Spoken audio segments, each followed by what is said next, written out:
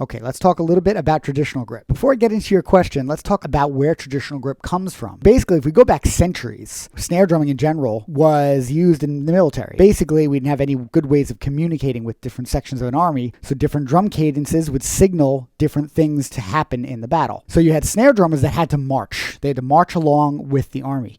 When they did that, they had a big, long, deep snare drum that can resonate, through an entire field.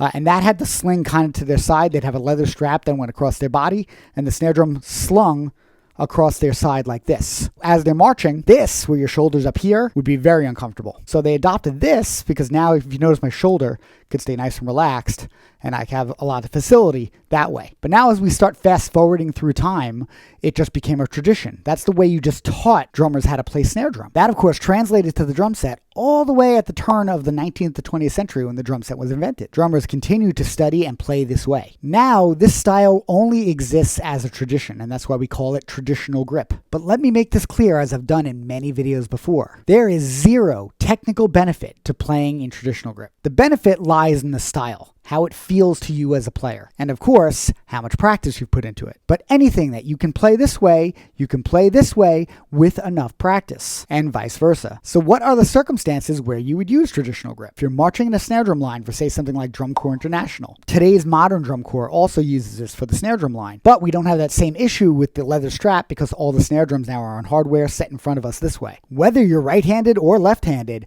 you're going to play traditional grip like this. That means your right hand is the palm down position, the left hand is the cradle position. And that's what it needs to do because everyone needs to look uniform across the line. It's all about honoring the traditional visual across the line. If you're on drum set and you're right-handed, it's the same exact thing. Right hand is palm down, left hand is cradled. Now, for most of us, that's our weak hand that's cradled. However, if you're a drum set player and you're left-handed, there are situations where those drummers turn the entire kit around, and they've been known to reverse the traditional grip, just like you're talking about here.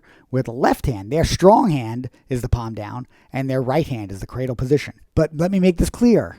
This only happens if you're a left-handed drummer.